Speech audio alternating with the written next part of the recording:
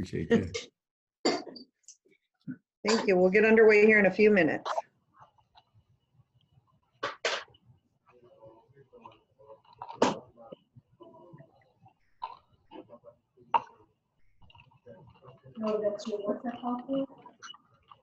A couple minutes away from beginning as people start entering the chat room. I'm Denise Pulverine. I'm the Vice President of the Press Club. I'm also the Director of Digital at WKYC, but in my capacity as a member of the Press Club tonight, like many of you. Please put yourselves on mute unless you will be talking. It's much easier that way if everyone's on mute. Post your questions in the chat room. I'm sure most of you are very familiar with Zoom now. So post your questions in the chat room. We will get to as many as we possibly can. Russ Mitchell, our executive editor at Channel 3 and main anchor, is going to be moderating the discussion tonight, hosting this discussion, but he will be taking your questions too. So make sure to post them in the chat room. And please, other than the mayor and Russ, please keep yourself on mute unless, you know, there's a natural opportunity to join the conversation. So about a minute and a half away.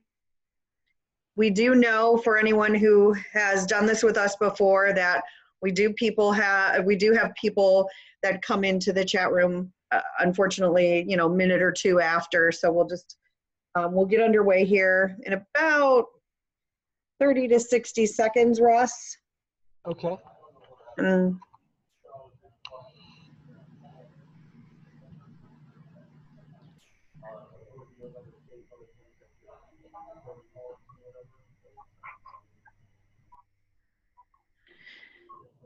Okay, well, I think whenever you're ready, Russ, we'll begin the conversation. Just, you know how Zoom goes. People will just join as we go along. Post your questions and keep yourselves on mute and listen to the conversation and join in, you know, through the chat room for sure. We really want this to be an engaging program. So, all right, without further ado, Russ, take it away. All right, Denise, thank you very much, and good evening, everybody. I'm Russ Mitchell, 6 and 11 o'clock anchor at WKYC, Channel 3, and also executive editor, also a proud member of the Press Club board. And we welcome you all tonight to a conversation with Mayor Frank Jackson. As Denise just pointed out, I'll be interviewing the mayor, but we'll also be taking your questions. So please send those to us in the chat room, and we'll get to those at various points throughout the evening. Without further ado, we'd like to welcome the 57th mayor of the city of Cleveland, Frank Jackson, to our conversation tonight. Mayor Jackson, thank you so much for doing this. We appreciate it. Okay, thank you. And it's 56. 56th. I got to stay off of that internet. It tells me the wrong information all the time. So anyway, thank you for correcting me on that. I appreciate it. In these strenuous times, sir, first of all, how you doing? Well, I'm doing fine. You know, as I always tell people, I try to stay on my game and handle the business at hand. In these tough times for all of us, and obviously you've been very busy, what has been the most challenging part of your job over the past few months? If we are in complete honesty in this format? Yeah, I hope so. Managing bullshit. Pardon me? Managing bullshit. Okay. Okay, you know, the job of mayor is the job. You shouldn't sign up for it unless you're willing to deal with the challenges of it. And it's not to say that those challenges aren't difficult and decisions are hard sometimes, and sometimes you have to adjust depending on how things are flowing. Being right today doesn't make necessarily right tomorrow, depending on the situation. Yeah, sorry. So that's just part of the job. But doing the job is not difficult, and for me, is not that it's easy, it's not challenging, but that's what I signed up for. Yeah, I have to ask you, what would fall under the category, to use your term, bullshit? Drama, whatever it may be, whatever that is, to distract from doing the business at hand or doing things of substance, whatever that is. What How do you deal with that? I hire good bullshit handlers. Okay. And then I've learned to filter in a proper way so that I don't get into it or spend too much time there. So if I catch myself there, then I'll just quickly move on. Yeah. What has this time meant for you personally? Has it changed you at all? Has it had you think about things differently? How would you describe it? I can't really answer that right now. It's a better question for when it's over with, and then it's like being in a good fight or dealing with things that are intense for the moment. While you're involved in it and immersed in it, it's not a good time to analyze what you're doing because you're thinking too much. When it's all over with, I'd probably be better able to answer that question. Yeah, I have asked you in the past if you like your job, and your answer has been, "Of course I like it. I wouldn't be doing this if I didn't like it." Do you Well, still like? I'd say that I like it as long as I can get something done. Uh-huh. Job that inability to get anything done for whatever reason is not worth having.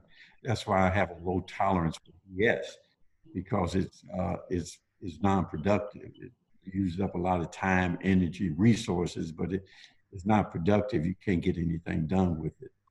Yeah, is it? I mean, you've been mayor since what, 2006? Is it harder Uh, for you to get stuff done now than it was in years past?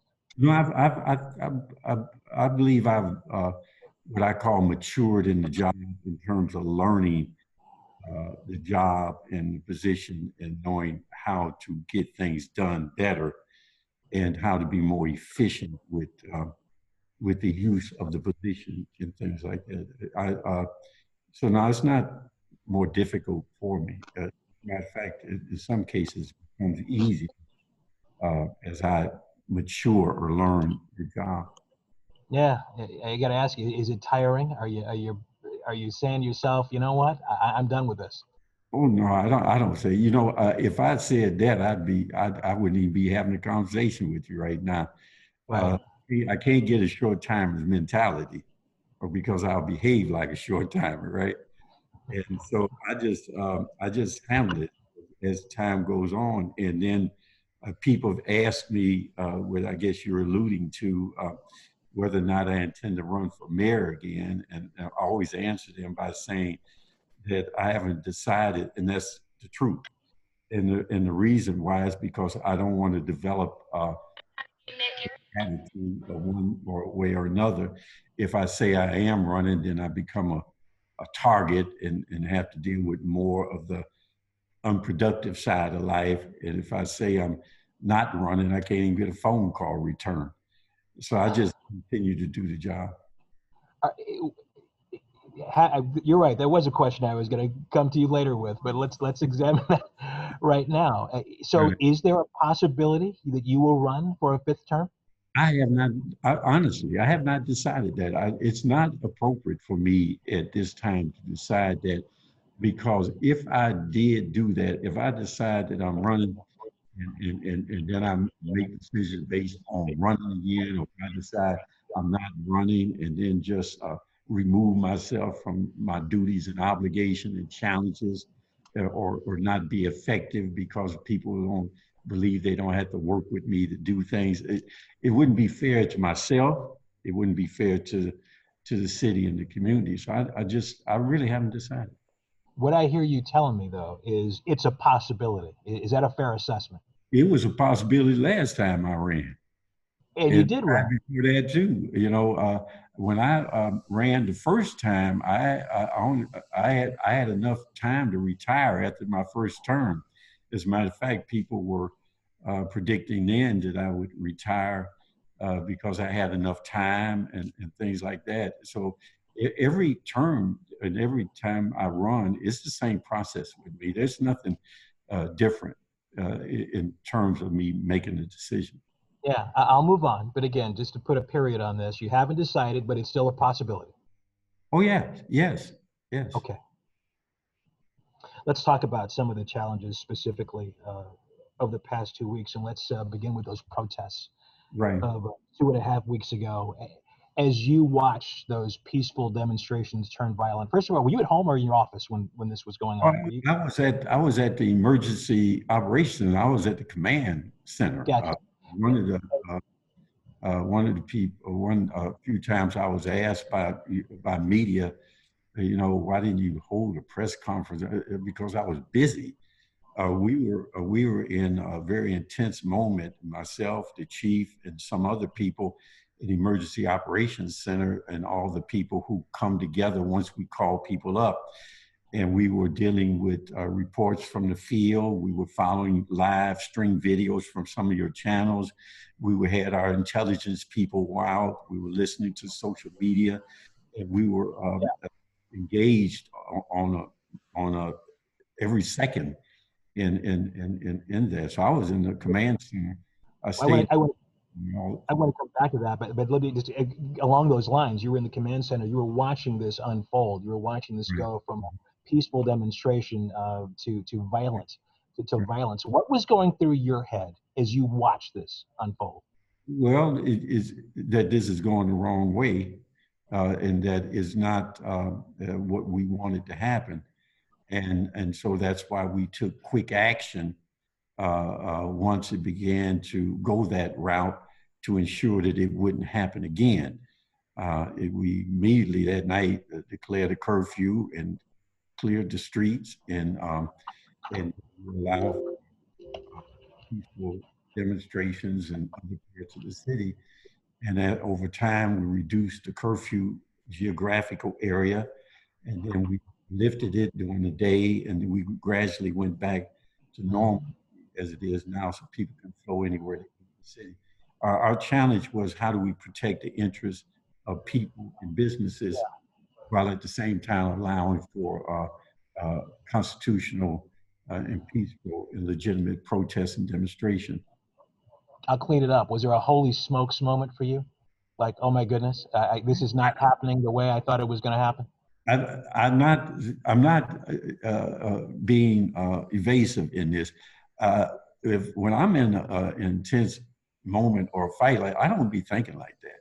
I just deal with what I got to deal with right then, and then and I just dealt with it myself. The chief, his field command, people were out on the street. Then our intelligence people, our social media people. It was just a matter of dealing with what the reality of that moment was. So it wasn't like that kind of. I didn't have that kind of thought or feeling. Mm-hmm. You had mentioned the question of why didn't we hear from you that day? You said you were in the command center working. I think we heard from you at 12:30 that night when you held a press conference with Chief Williams.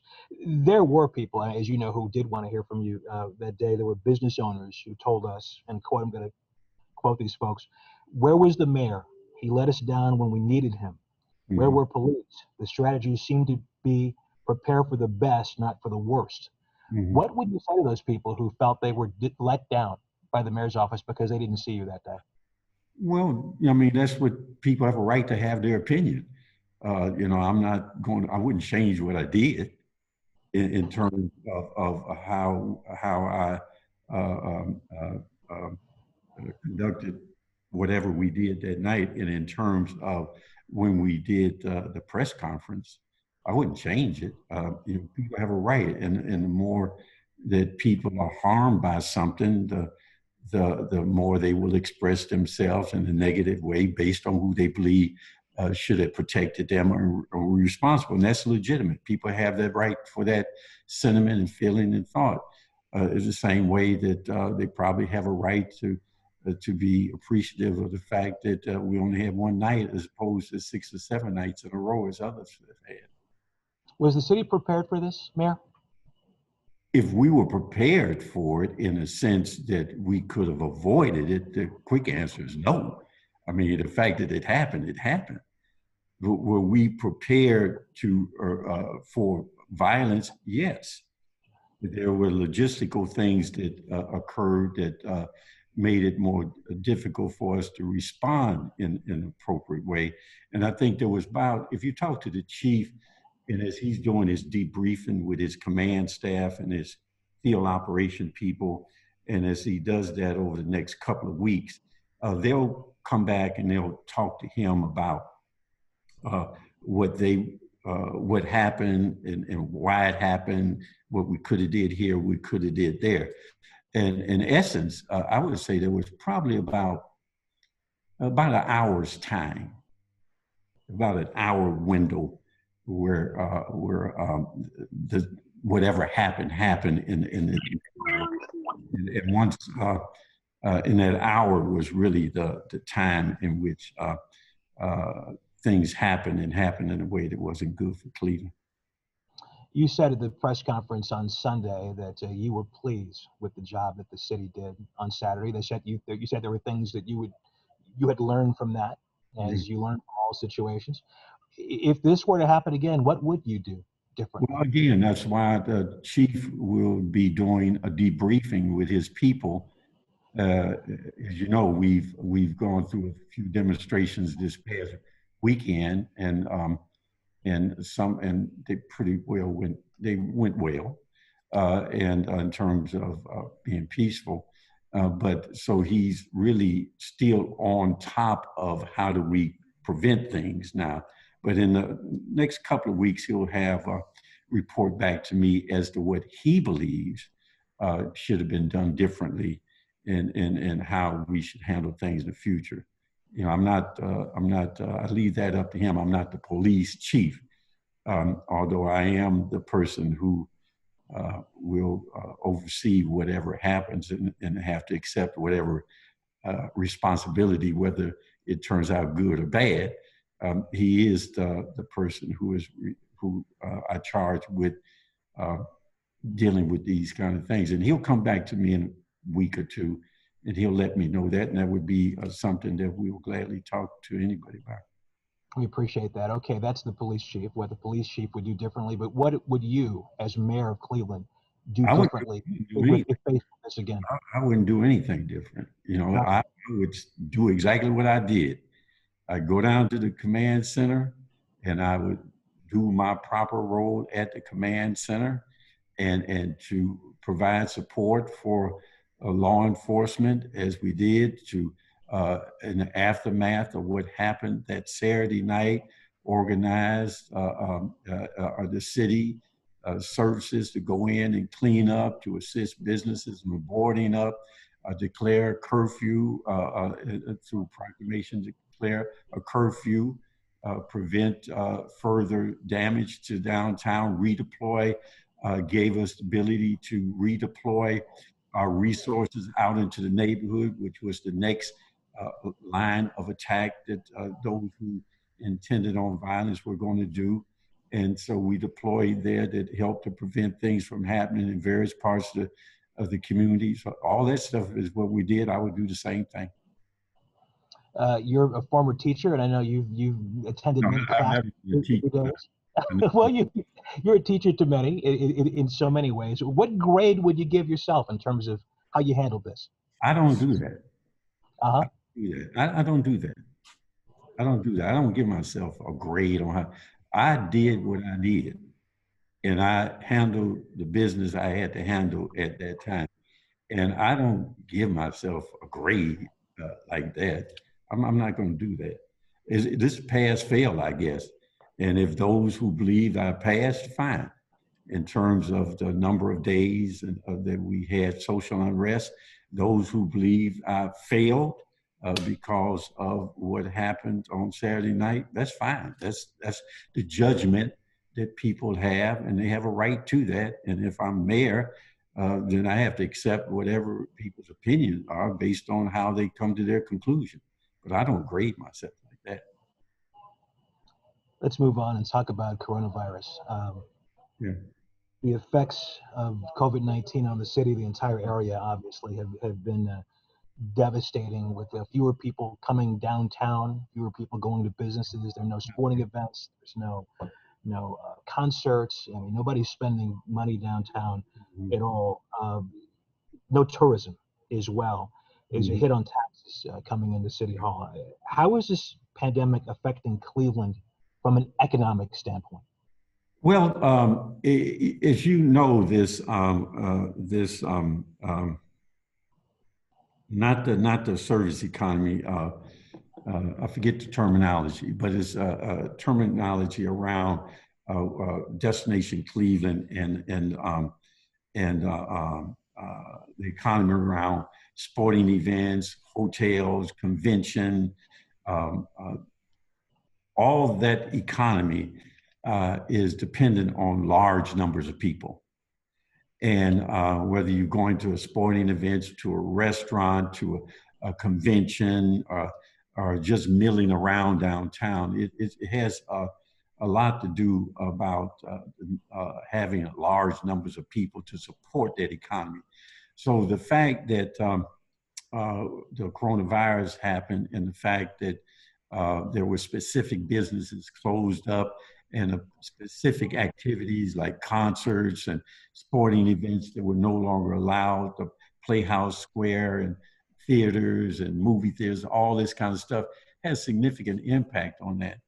And so when you look at the revenues associated with that around admission tax, parking tax, hotel bed tax, those kinds of revenue streams that would come to the city, they pretty much zeroed out. And so that is what happened. And they've been zeroed out for probably since mid-March, I think it was. Right. March, so mid-March, April, all of May. Now we're in June, and we're just beginning to re-engage with like hair salons or barbershops or restaurants. We released something today, I believe, that you should be getting at media on our outdoor dining for certain parts of the city where they have restaurants that will allow for them to reopen and have social distancing and all this other kind of stuff. So we're gradually getting back to it, but it had a significant impact on the revenues associated with that economy, Do you see layoffs? Do you see major cuts? How will this eventually manifest itself? Well, fortunately, we budgeted in a recession. When our budget is $1.8 billion, and it's in enterprise accounts and in general fund. The general fund is the one that is reliant on tax revenue. The enterprise accounts are user fees like airport, water, clean public power, sewer, those kinds of things. So the tax based budget is around 670 or $80 million. And so we built in a recession in that budget. Our expectation is that it would come after the presidential election or in the first quarter of next year. And so with that, building that in, we had a cushion. And as a result of when the virus hit, unfortunate for us, rather than it coming in the fourth quarter this year or the first quarter next year, it came at the end of the first quarter this year. And not only did it come months sooner than we had anticipated, it also was much quicker and more intense in terms of its depth. So as a result of that, we have lost revenues. And in a normal situation, if we had not built in a cushion for recession, then we would be in a layoff mode right now. But because we built it in, we're able to carry government in terms of service delivery and those personnel needed to deliver that service right now. When we looked, I just had a review of our budget today, because we review it now on a weekly basis. And as we look if you give me a little time, like June, will give you the activity of May in terms of collection. And our primary source of revenue would be income tax and tax on profits and things like that. So the activity of May is reported, is seen in June. And we're halfway through June. And as of right now, we are, based on the high activity in terms of our economy in the first quarter, we're not that far off in terms of what we budgeted and what our, in terms of expense. And so our revenues even go down. We have instituted some cost cutting measures by delayed hiring and cutting this and that without cutting service. So that cost cutting measure has helped to make up some of that revenue loss in terms of balancing out the combination of the two. Year to date. We're down, but not to the point that we would need to lay people off. Now, finally, what we will do is we will review in July the activities of June, and that will give us a clear indication as to whether or not that decrease in revenue is flattening, or is it continuing to go down, and at what rate is going down. And if it continues to go down at a larger rate, then our choices on cutting costs will involve layoffs at that time. But right now, we're okay. Long answer.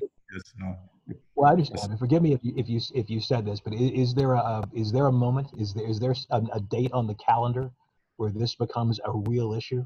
Where whenever it materializes, it's a real issue, and as I'm saying, it's not materialized yet.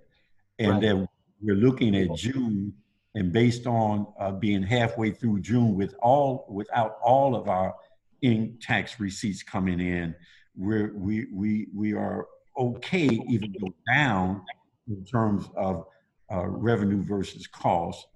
But because we've cut costs in some areas without laying off and budgeted for recession, we're able to ride that storm a little bit longer. There will come a time that I think July will give us the activity of June, and it will give us the trend. If that trend is continuing to go down, then we know we'll have to take more severe measures to keep it in line.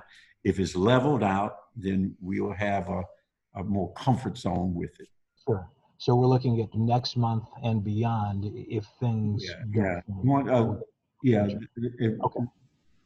It's on a weekly basis right now, and it has not. That moment hasn't arrived yet. Yeah, it's not that it won't, but it hasn't arrived yet. And again, forgive me if you said this. Payroll taxes, is that really affecting the city right now? It is. The payroll taxes is the largest taxes. I will say that on things like corporate profit and some other income around businesses, is that we postponed the collection until July. So what was an April 15th or April something filing date is now being extended to sometime in July. So there's a period of time right now where we're not collecting revenue that we would have collected, and that's based on 2019 activity, because you collect taxes on that activity. Is not based on COVID activity of this year. So since we delayed filing or postponed filing, people don't have to pay that right now. So that's why we're looking at July, when that filing and payment time comes due. That will give us a better indication.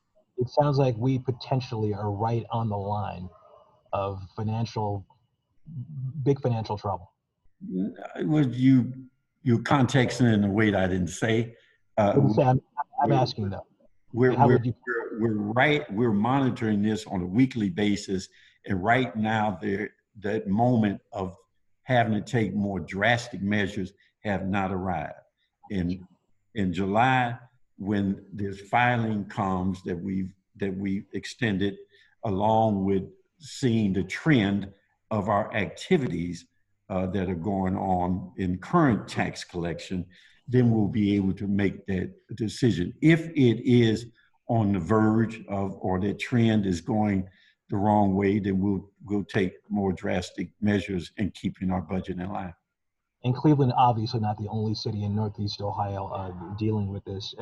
Do you see a day where the economic realities of this situation force Cleveland and suburban leaders to take a closer look at governments merging and cooperating, even a regional government in some ways? You know, I think there are those who have that in mind and think this is a great opportunity to move on that concept. So there are people who've had that in mind for quite some time and see this as a never waste a good crisis, I guess, in terms of taking advantage of the opportunity that presents itself. So I think there are people who have that in mind anyway. Now, whether or not that's a legitimate question is in my belief, it is a legitimate question based on the reality as we come out of this. Now, but I will say to you that changing just a form of government and expecting a different outcome is really living in an illusion. Having to deal with reality and addressing that reality. And if part of that reality is that you have to change your operation or change the form in which you do what you do, then that's legitimate. But to have an agenda already that says that would be the best solution for a more efficient operation, I don't buy into. And if I can explain that a little bit, we're not for profit. Our job is not to make money. Our job is to provide service. So we're not in business to make a profit to go to shareholders. Our business is to be able to collect the revenues we need in order to meet our bottom line, which is service delivery. And our job is to be efficient in doing that so that it costs our businesses and individuals less money to have to do that. There are, however, some people who in some agendas that would prefer to have fewer people they have to deal with in order to accommodate whatever it is they want done. I'm a firm believer in representation. And that's why I was opposed to the reduction of council, because the closest thing that the average person or small, medium-sized business have to bring grievance or access government or to have some way in which to have government respond to them is through representation. And the more difficult you make that, then the less they will have the ability to grieve government. Big shots will always have their way. They'll always be able to access, whether you're a mayor, a governor, or a president, or president of a Senate or a Speaker of the House. Large corporations and people with influence will always have that ability. The average person won't.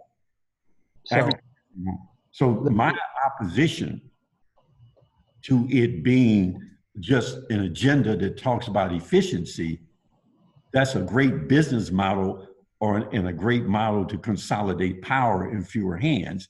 But if you're talking about a democracy where the average person has the ability to access and to be represented, it is not necessarily the best way around. So now, clearly not something you support. But let me. We've only got about 30 minutes. I don't support it.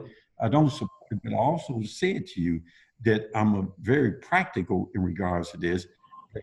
That just changing that form is not going to get you any different outcome you got today. You just consolidate power. That's all you do. If you want to accomplish the end, and it is a necessity to change operations or change the way you do business to meet that necessity, then that's a legitimate question. I just don't think the people promoting it right now are talking about that approach. They're talking about the former approach. That's my point. I understand. We want to take questions from the folks on the Zoom, but let me ask you, Mayor, first of all, again, a lot of stuff going on, a lot of stuff happening in City Hall, a lot of, we've been talking for the last 30 minutes about just a few of the issues. that you deal with every day. You began this by talking about the BS, I'll clean it up, that you have to deal with as well. What keeps you up at night? Uh, uh, I don't know what. Let me think about that. What keeps me up at night? I tried. How's my wife doing? How are my kids doing? How how are they doing? Are they safe? What are their challenges in life, and how can I help them? Am I hurting them or helping them? That's what I worry about. This other stuff, this will be here. This will be here when I'm gone. It was here when I got here. It'll be here when I'm gone. And what I do is my job while I'm here. And when I hand this off, either through getting defeated or deciding not to run, my goal is to have a better city than it was when I started, and to have that city function in a way that a larger number of people are able to benefit from the prosperity and the quality of life that we do. That's my goal. Now, but what keeps me up at night is where my children are, my grandkids, and how's my wife doing. That's what I worry about. I'm going to have you stand by, Mary. Again, thank you very much. I'll get back to you in just a second. Denise Pulverin, you have some questions from some folks. Yeah, we're getting a lot of questions in here. Russ, one of them from Tristan Sanchez. He's asking, how do you plan on rebuilding trust in the communities that are no longer in the city following recent events? And how will the city bounce back to help those unemployed get back on their feet? When you say building trust with who? Can you read that first part again? Sure. How do you plan on rebuilding trust in the communities that are no longer in the city following recent events? People from different communities that are coming down to the city, and how do you build that trust again? Oh, so that they come back to the city? Yes. Or part of that industry that we lost, that economy that we lost. That's right. And what the trust is, if that's a factor of fear, that's one thing, and that's why it was so important for us not to have a day 2 or day 3 or day 4 or day 5 of that violent social unrest that was about destruction of property.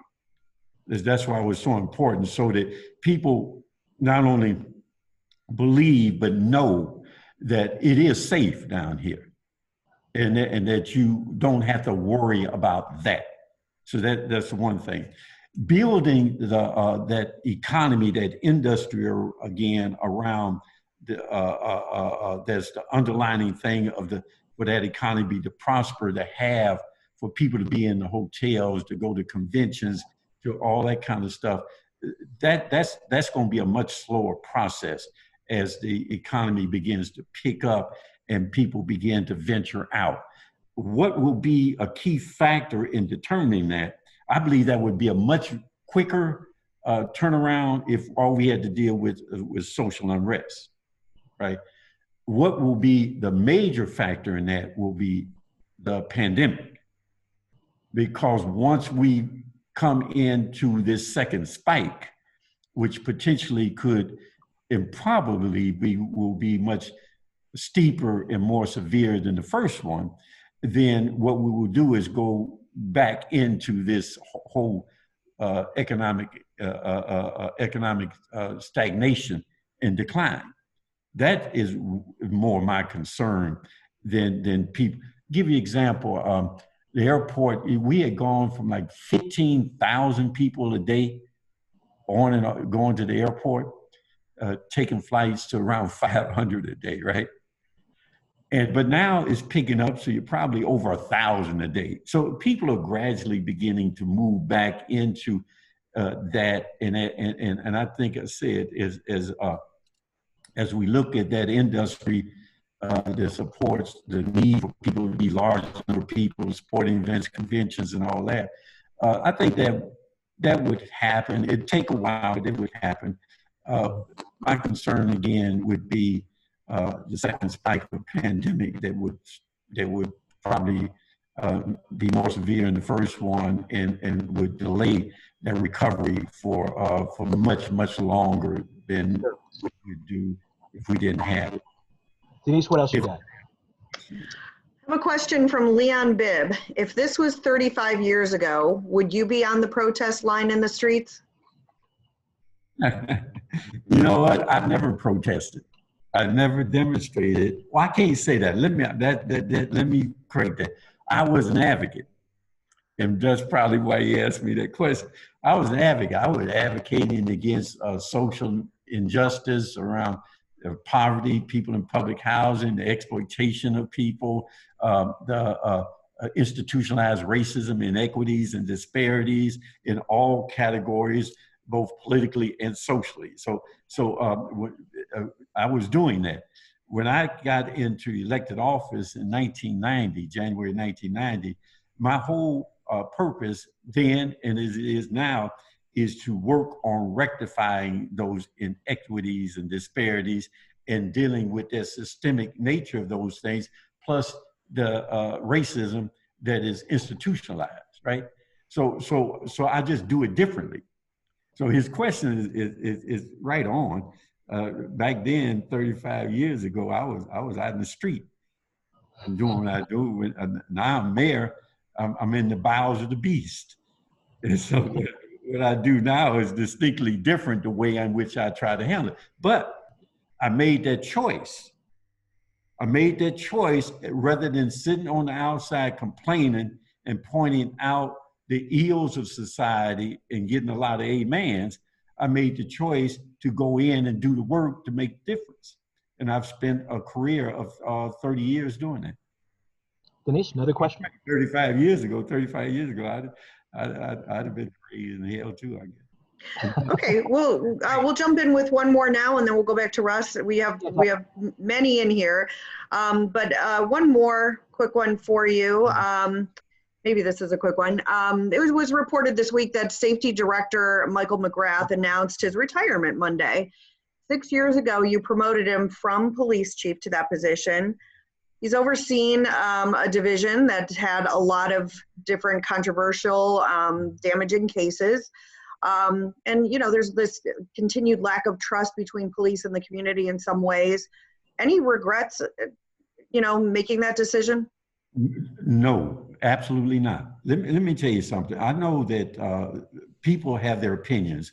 A lot of times I find their opinions are based on whatever the trend or the popularity of that moment is, or just based on the ignorance of not knowing the facts. And I will say to you that Director McGrath has spent 48 years in public service. 48 years. As you know, 6 of those years has been as safety director. And the other 42 years was spent as a police officer, a person in the SWAT unit, a commander of a district, and the police chief. And I've yet to find someone, even the police officers who may not necessarily sit eye to eye or ride horse, you know, sit saddles with him, would say that he has been anything but a professional. People like me and just like all of you, you have your critics and you have your supporters. Now, one final thing, so that you know, I took a lot of flack for supporting him when people wanted me to fire him because he was a white man. Because he was a white man, and when the East Cleveland shootings occurred in the Chase and Tamir Rice. But I will say to you that when he was police chief and as director, his steadfastness of holding people accountable against the culture that he come from was the only reason why we were able to provide due process in our system and determination of people who were responsible for those things that they should not have done. Now, the arbitrator ruled against us, saying that even though we were correct, maybe we were just too harsh, is what he said, and that their year and a half out of a job, they should give them time served and bring them back to work. But that was not a decision made by Director McGrath or Police Chief McGrath. I do not regret it. He's been a good public servant. Let's talk about crime, Mayor. Last weekend, we've had a couple weekends like this. I believe between 10 and 12 people were shot. Right. In the city of Cleveland. Another violent weekend. This is obviously an issue you've been grappling with since you became mayor. What's the issue when it comes to how has this changed over the years? Well, let me several things. Let's start off with the whole demonstration about just pure injustice, an underlining issue of whether or not there's justice in America. That coupled with inequities, disparities, and racism that allows for the lack of people to gain full access to have a stake in this game that we call our society, whether it's economically, politically, or socially. So let's start there. If you don't start there, you really don't understand the issue. And so with that, you couple that with going back to then Police Chief McGrath, when the state allowed for basically anybody can carry a gun except an ex-felon. And we held a press conference at that time, and we challenged that ruling under home rule, and the state Supreme Court ruled against us, even though they found a way other than this constitutional right of home rule to rule against us. They found another way, but they ruled against us. Then Chief McGrath said, I can't tell you when, but I will guarantee you one thing. As a result of this ruling, people will die. And we will see an increase in our homicides. That's one. So injustice, inequities, disparity, institutionalized racism, political and policy agenda around legislation and schools of thoughts, all those kinds of things. And then just the pure availability of these guns in the hands of young people who feel like they have no stake. And with the coronavirus, we actually told people, not us, meaning me, but we've actually told the street that they're not going to jail. The jails are closed, except for people who commit some ultra-violent crime, I guess, and good luck in catching them, all right? And whenever you tell the street there's no consequences to its act, it will behave just as you see it behaving now. And I will tell you, holding people accountable under the dynamics I just presented to you is challenging. Given, where does the buck stop, Mayor? Look, the buck stops with all of us. It stops with all of us. It starts with that individual who chose to pull that trigger with no respect for life. It starts with an economic and social and political system. It starts with businesses who won't bring in ex-felons and give them opportunity when they're looking to opportunity. It stops with a lack of education and whoever comes. It stops with me. I'm the mayor of the city of Cleveland. It stops with you as media people and how you portray these things and how you message it and deliver and narrate it. It stops with all of us. We are a city. We are a society. And there's no one person to blame, and there's no one person to take credit. We function as a society, as a body. And our culture, our personality, our character is based on how we behave as a society. And if we choose as a society to leave people out and believe that they won't, as they tell you on the street, you got yours, I'll get mine, and I'll get it however I can.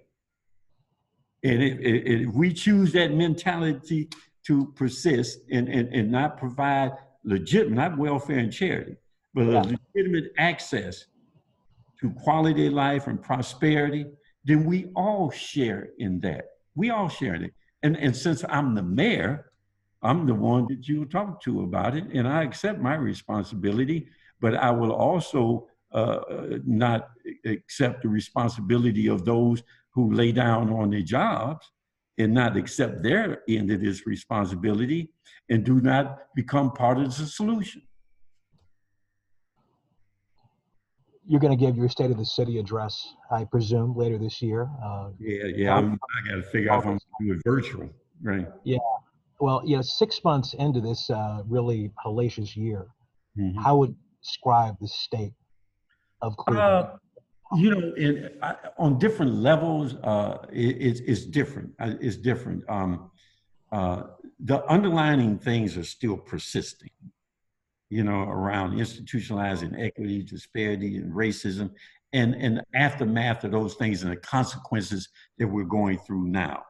And that's in every system, whether it's our economic, our social, our political, educational, healthcare delivery. So those are the more difficult things to change because they have a life of their own, they're institutionalized. In terms of our economy before the pandemic, our economy was going quite well, and it was growing and growing at a pretty good pace. And that we had recovered from the old being the blunt of jokes of the past to being a topic of conversation as to where people would like to go and experience Cleveland. We were recovering from that. We had begun to change some of the investment strategy of the private sector in terms of the financial institution and working with them to take a risk in areas that they would not take a risk in and they would not invest in because of a high risk. And we were beginning to work on that with our Glenville initiative out on 105 in Ashbury. And we were changing a lot of things around policing under the consent decree, which we actually welcome because it gives us a blueprint and a framework as to how to really reform a police department and do it not just to get out from under the consent decree, but have it sustainable beyond the consent decree. We were making progress there. We were making, in all those areas, we were making progress. But again, we fly in the face of just the way the beast operates, the way the system operates. And it does operate with it has an attitude. We will wait until October or November to hear you give your State of the City. I just gave it to you. I might provide a few more details, but basically. Okay. Let me ask you about something. I don't know, maybe it'll change by then. Let me ask you about something you said a second ago. And listen, understanding in the scheme of things, this is not important, but you described a few weeks ago in talking about the image Cleveland has with some. You used the phrase butthole city. Yeah. In context, you said it's not true. So if you listen to the interview, you say it that way, and you in context, it definitely does not mean what that 7 seconds says. However, let me ask you this. If you had to do it again, would you use the phrase butthole city at all? No, I was what I meant right then. I really is what I meant. Is what I said. I'm not regretting it. I mean, the facts are what they are. And I think the context in which I said it, even our local media, after listening to it, said he really didn't say that. This is what he really meant. And so it became the BS of the moment, the drama of the moment, and then it quickly dissipated because it was a fact. I said it. And I wouldn't change it. If because what you're asking me, would I change it in order to avoid the BS of that moment, the bullshit that I had to deal with at that moment? And oh, I'm sorry. And be honest with you, that's what I meant. That we were considered the butthole of the world. and look at where we are now. It's exactly what I meant. Denise, a couple of quick questions and we'll wrap it up with the mayor. Yeah, Mayor, one question. You are speaking to the press club. You're speaking to a bunch of journalists, as you know, and the press club did send a letter to your office. It was an open letter to your office after the protests, just because during that time, during the curfew time, you know, the journalists were part of that. They were banned. So I know that was later changed, but any reaction to the letter that the press club did send to your office? Well, I was happy to receive it because I was not aware of it.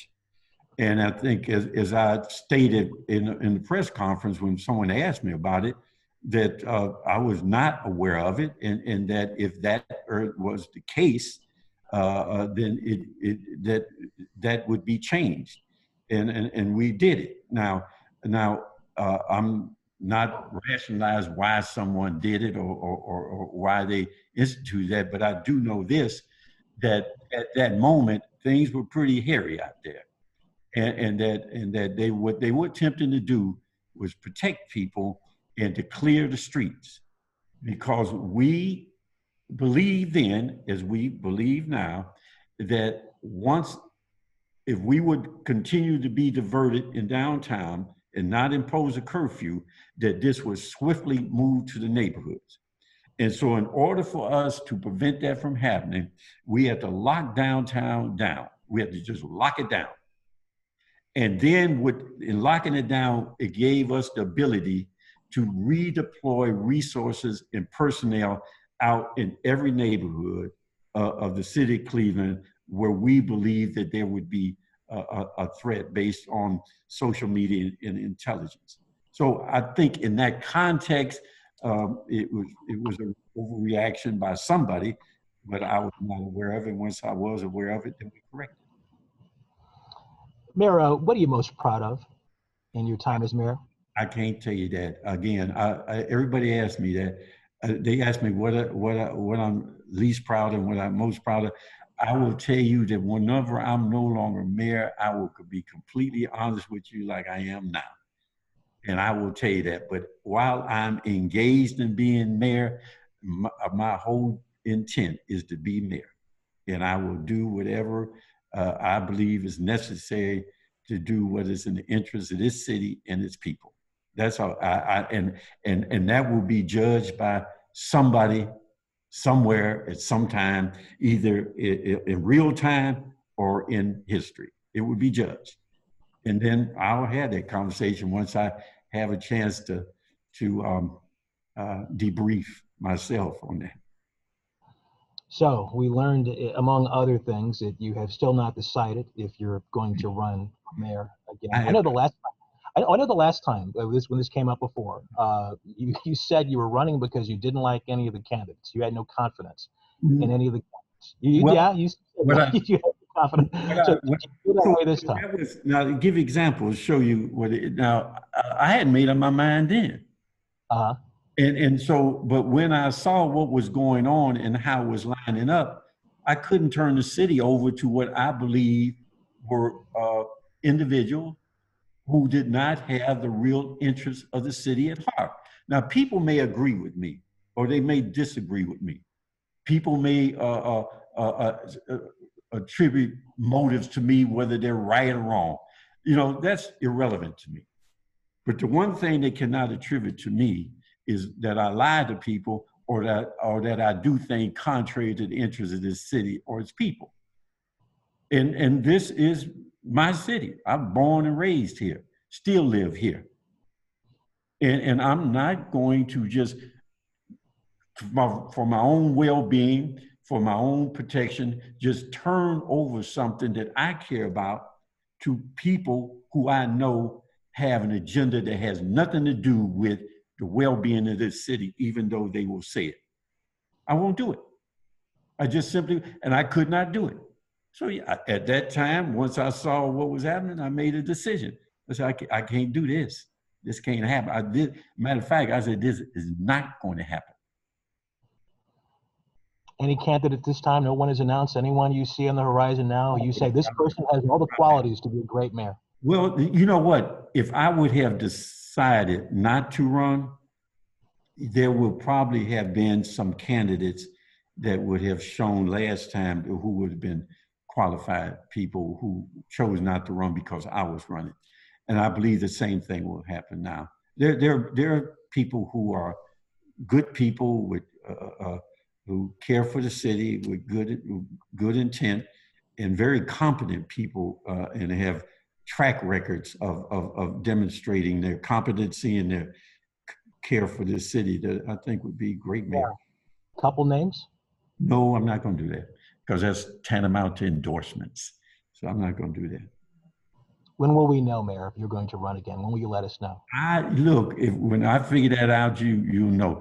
And I'm being honest with you. When my mind gets to the point of debating that issue, then I know it's time for me to make it up, right?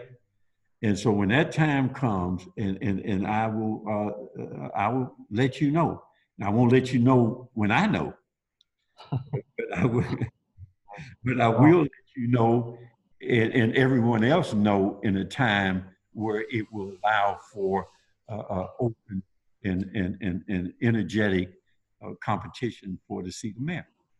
Well, if I can borrow a phrase, I guess on this note, it is what it is. Am I right? But it is. Now, can I say one thing to that? You know what, people, I've been criticized for that too, for in many different ways. I wasn't being critical, but just so you'll know, I wasn't being critical. I wanted to explain something to you.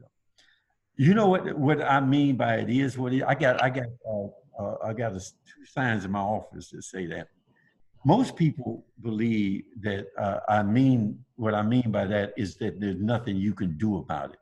Oh, give me that sign. See, it is what it is, right? And so most people believe what I mean by that is that there's nothing you can do about it. It just is what it is. You have to accept your fate. That's not what I mean. What I mean is this, so that I'm clear, is that I have to accept reality, no matter how painful it is. No matter how painful it is. And if I reject that reality and choose to live in illusion, then my decision making will be based on an illusion, not reality. So I have to accept that reality, no matter how painful it is. Then I go about trying to change that reality. And the only way I can change that reality is to deal with it, not through an illusion as the way it should be or what is comfortable for me to be in, but the reality. And because if I don't accept that reality and make policies and decisions based on that, then I won't change it. And all I will be is like other politicians who would just say the right thing, but won't take the risk of doing the right thing. And I just refuse to do that. So I will accept reality. It is what it is. There ain't gonna thing I can do about it. In that reason, it is there. It's looking at me. And then I can then say, now, how can I change that reality? And what are the things that I should do in terms of policy, proposed legislation, financial stuff? What is it that I can do to help change that reality?